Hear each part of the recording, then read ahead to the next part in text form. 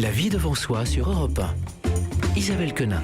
Chaque jour, c'est avec elle qu'on termine l'émission. Et aujourd'hui, Anne Cazobon, vous avez décidé de nous aider à arrêter l'auto-sabotage. Ben oui, parce que franchement, on en a parfois à ne s'en prendre qu'à nous-mêmes, tranquillement assis sur une branche que l'on bichonne d'un côté et que l'on scie de l'autre. Oui, j'aime bien cette phrase de l'écrivain irlandais Joseph O'Connor qui répète qu'on a toujours le choix et qu'on est même la somme de ses choix.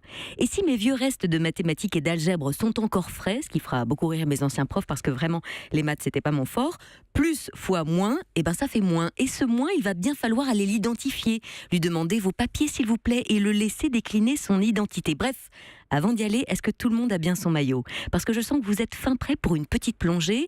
Où ça? À l'intérieur de vous, pardi. Roberto mio palmo. Je vous propose de vous cramponner à la bien nommée ligne de vie. Il n'y a décidément aucun hasard.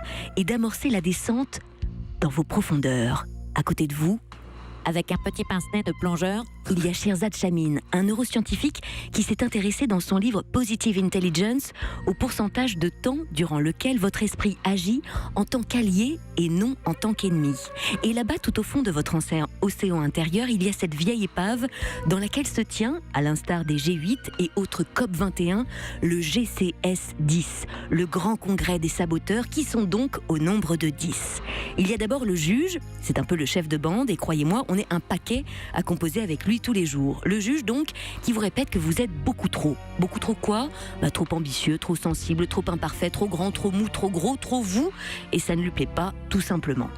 Puis vient le contrôlant qui vous fait répéter à l'intérieur « Je dois tout savoir, tout anticiper, être partout. Personne ne doit me dire ce que je dois faire. » Juste à côté de lui se trouve le perfectionniste qui dit et croit connaître la meilleure manière de faire et qui bien sûr déteste les erreurs.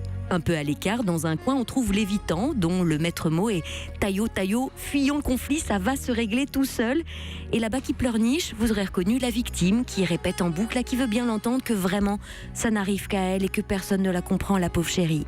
Il y a aussi le sans-repos, dont le credo est « Il faut faire, faire, faire, et je veux toujours plus, toujours plus ». Il y a le super performant qui hurle à l'intérieur « Je dois être le meilleur ».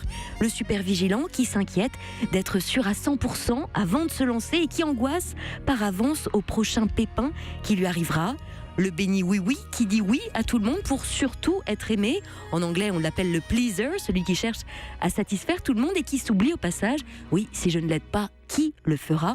Et enfin, il y a l'hyper-rationnel pour lequel tout doit être logique et dont la peur ultime est de se laisser envahir par les émotions qui pour lui ne sont que des distractions.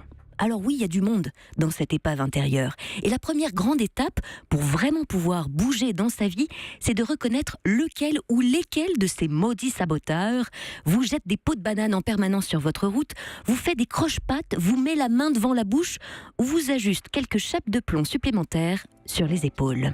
Et le problème, Anne, c'est quand on a coché les 10 cases, on n'est pas près de la quitter son épave.